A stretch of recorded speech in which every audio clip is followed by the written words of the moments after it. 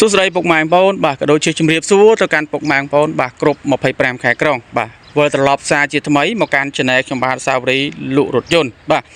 សម្រាប់ថ្ងៃនេះផងដែរពុកម៉ែបងប្អូនបាទខ្ញុំបាទមានរថយន្តថ្មីមួយគ្រឿងទៀតហើយបាទដែលជា model Toyota បាទ Highlander ឆ្នាំផលិត2009បាទជាប្រភេទ4ម៉ាស៊ីនប៉ុង1ស្លាកលេខផងដែរពុកម៉ែបងប្អូនបាទសម្រាប់ពុកម៉ែបងប្អូនបាទគ្រប់25ខែក្រុងដែលមានតម្រូវការត្រូវការរថយន្តបាទកុំភ្លេចតាមដាន Channel ខ្ញុំបាទទាំងអស់គ្នាបាទឬកុំភ្លេចទស្សនាវីដេអូខ្ញុំបាទទាំងអស់គ្នាផងដែរពុកម៉ែបងប្អូនបាទតោះឥឡូវបងប្អូនយើងក៏លេខមកមើលចំពោះរថយន្តមួយគ្រឿងនេះវិញបាទចង់ដឹងពីការលេងការរៀបចំបាទមានអ្វីខ្លះចំពោះរថយន្តនេះបាទផ្នែកខាងមុខបានបំពាក់ទៅដោយស្លាកលេខបាទ QR ថ្មីរួចស្រេចអស់ហើយបាទហើយបណ្ណាខាងមុខគឺបានលាយនឹងបាទប្រភេទក្រូមេបាទយ៉ាងស្រស់ស្អាតផងដែរបាទ logo បាទ Toyota បងប្អូនបាទក្រូមេយ៉ាងស្អាតណាពុកម៉ែបងប្អូនណាបាទផ្នែកចង្គៀងទាំងសងខាងបាទដំឡើងនៅពិលគុជរួចស្រេចអស់ហើយខាងក្រោមក៏ដូចជាមានពិលកាងផងដែរពុកម៉ែបងប្អូនបាទហើយបើនិយាយអេតាឡានបាទអត់មានឡានបុកប៉ះកាត់តស្ងោររពណ៌បាទទេពុកម៉ែបងប្អូនណាបាទធានាជូនឯកសារធានាគ្រប់ជូនឲ្យពុកម៉ែបងប្អូនគ្រប់25ខែក្រុងបាទហើយពាក់ព័ន្ធនឹងសបកកង់យ៉ាននេះបាទដូចបញ្ជាក់ជូនអញ្ចឹងគឺ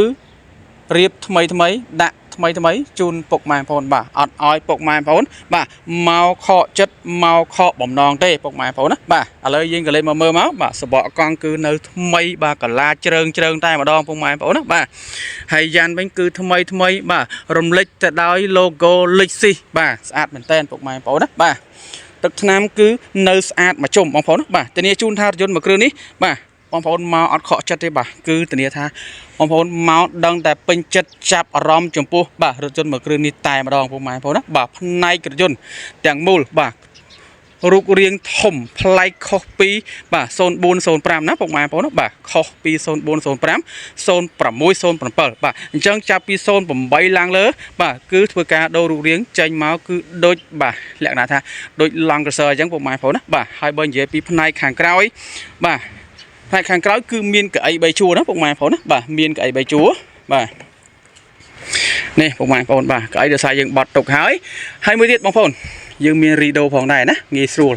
ពុកម៉ែបងប្អូនការទុកដាក់អីវ៉ាន់បាទហើយបើនិយាយពីសាច់អញ្ចាំងខាងក្នុងបាទបងប្អូនយើងក៏លេខមកមើលមកបាទនេះបាទក្នុងលឿងបាទអត់មានប្រេះមានស្នាមបាទបាក់បែកកន្លែងណាទេពុកម៉ែបងប្អូនណាបាទគឺនៅស្អាតភ្លឹងតែម្ដងពុកម៉ែបងប្អូនណាបាទហើយបើនិយាយពីបាទភិនភាកឡានដោយបញ្ជាក់បងប្អូនថាមកឲ្យខកចិត្តទេណាឥឡូវយើងងាកមកមើលបាទនេះភ្លីបាទធ្នឹមប្រឈរបាទតាគៀកបាទនេះអាក់បងប្អូនបាទរថយន្តបាទឲ្យតែមានអាក់នៅទាំងអស់ចេះបាទបងប្អូនទិញទៅអត់ខុសទេបាទហើយបើនិយាយពីផ្នែកខ្សែខ្យងបងប្អូនណាបាទអត់តាន់មានស្នាមសោស្នាមអីដោះទេបាទគឺនៅស្អាតទាំងអស់ណាពុកម៉ែបងប្អូនណាបាទអញ្ចឹងបងប្អូនដែលទិញរថយន្តពីខាងបងប្អូនទៅបាទធានាជូនណាបាទធានាជូនរថយន្តថាអត់ឲ្យពុកម៉ែបងប្អូនខកចិត្តទេបាទលក់តែរថយន្តស្អាតទេពុកម៉ែបងប្អូនណាបាទបុកប៉ះកាត់តស្ងោរពណ៌សរសេរដាក់នៅលើឯកសារស្រាប់ណាពុកម៉ែបងប្អូនណាបាទមានបញ្ហាអីបាទគឺខាងយើងខ្ញុំធ្វើការដោះស្រាយជូនដល់បងប្អូនតែម្ដងណាបងប្អូនណាបាទ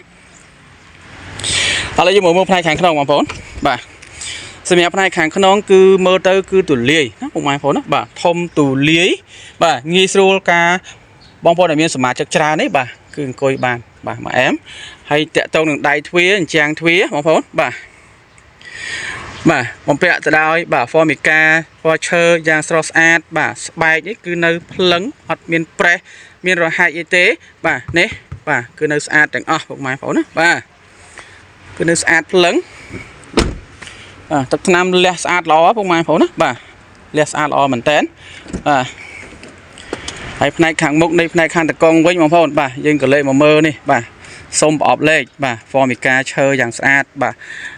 មញ៉េធំហើយបាទកាមេរ៉ាក្រោយហើយកាមេរ៉ា record ហើយស្រេចទៀតអញ្ចឹងបងប្អូនចំណេញពេលវេលាចំណេញថវិកាអត់ចាំបាច់ចូលទៅរៀបចំឯទៀតទេពុកម៉ែបងប្អូនណាបាទ function បញ្ជាផ្សេងគឺនៅដំណើរការទាំងអស់ពុកម៉ែបងប្អូនណាបាទផ្នែកជញ្ជាំងទ្វារហ្នឹងបាទគឺនៅស្អាតនៅភ្លឹងបាទនៅខ្ចីតែម្ដងពុកម៉ែបងប្អូនណាបា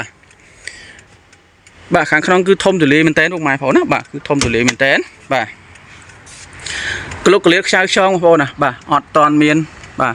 ស្នាមសោស្នាមអីបាទដោះអញ៉ៃទេបាទរថយន្តនេះគឺនៅសំណុំទាំងអស់ ពុកម៉ែបងប្អូនណាបាទគឺនៅសំណុំទាំងអស់តែម្ដងពុកម៉ែបងប្អូនណាបាទតើឥឡូវយើងទៅមើលផ្នែកខាងស្ដាំបាទបន្ទាប់ពីពុកម៉ែបងប្អូនបាទចូលដល់ប្លុកម៉ាស៊ីនឥឡូវយើងទៅមើលផ្នែកខាងស្ដាំបន្តិចតោះពុកម៉ែបងប្អូនណាបាទតោះបាទពាក់ព័ន្ធនឹងផ្នែកខាងស្ដាំបាទគ្រឿងជ័រក៏ដូចជាស្បែកបាទបាតអូសំទោសបាទអញ្ចាំងទ្វារបាទក៏នៅស្អាតដែរបាទតាប់ឡូព្រើមសុនត្រជាក់គឺនៅភ្លឹងទាំងអស់ពុកម៉ែបងប្អូនណាបាទនៅភ្លឹងទាំងអស់បាទ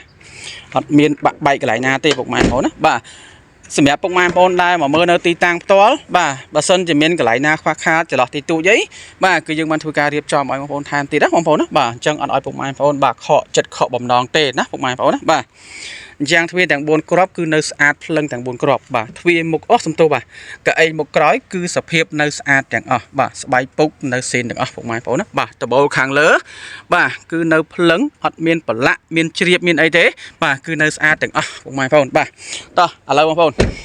ទៅមើលផ្នែកខាងមុខបាទនៃប្លុកម៉ាស៊ីនជាមួយខ្ញុំបាទទាំងអស់គ្នាបាទប៉ុន្តែមុននឹងដល់មើលផ្នែកខាងមុខនៃប្លុកម៉ាស៊ីនបាទខ្ញុំបញ្ជាក់តម្លៃជូនបងប្អូនតែម្ដងទៅបាទអញ្ចឹងសម្រាប់ពុកម៉ែបងប្អូនដែលចង់ដឹងតម្លៃចំពោះ Highlander ឆ្នាំផលិត2009ជាប្រភេទ4ម៉ាស៊ីនប៉ុងមួយគ្រឿងនេះបាទ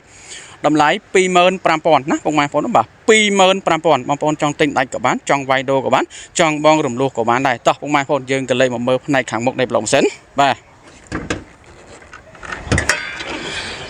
ពាក់ព័ន្ធនឹងផ្នែកប្លុកម៉ាស៊ីនបងប្អូនបាទនេះបាទគឺនៅស្អាតបាទម៉ាស៊ីនសំណុំពុកម៉ែបងប្អូនណាបាទម៉ាស៊ីនសំណុំអត់តន់ដោះតន់រើអីទេបាទគល់បូមបាទគឺនៅស្អាតទាំងអស់បាទធ្នឹមចំហៀងធ្នឹមឆ្វេងធ្នឹមស្ដាំអីបាទធានាជូនណាបងប្អូនណាបាទអត់មានឡានបុកឡានប៉ះបាទលក់ឲ្យពុកម៉ែបងប្អូនទេណាពុកម៉ែបងប្អូនណាបាទអញ្ចឹងបងប្អូនចាប់អារម្មណ៍ចំពោះរថយន្តមួយគ្រឿងនេះបាទបងប្អូនអាចធ្វើការតាក់ទងមកបាទមានលេខទូរស័ព្ទខ្ញុំបាទផ្ទាល់បាទនៅក្នុងវីដេអូស្រាប់ណាពុកម៉ែបងប្អូនណាបាទបងប្អូនចាប់អារម្មណ៍អាចតាក់ទងមកណាពុកម៉ែបងប្អូនណាបាទអរគុណជម្រាបលាពុកម៉ែបងប្អូនបាទក៏ដូចជាជូនពរពុកម៉ែបងប្អូនតាមបណ្ដាខេត្តបាទគ្រប់25ខេត្តក្រុងបាទឲ្យជួបតែសុខសុវត្ថិភាពទាំងអស់គ្នាសុខភាពទាំងអស់គ្នាបាទអរគុណច្រើនពុកម៉ែបងប្អូន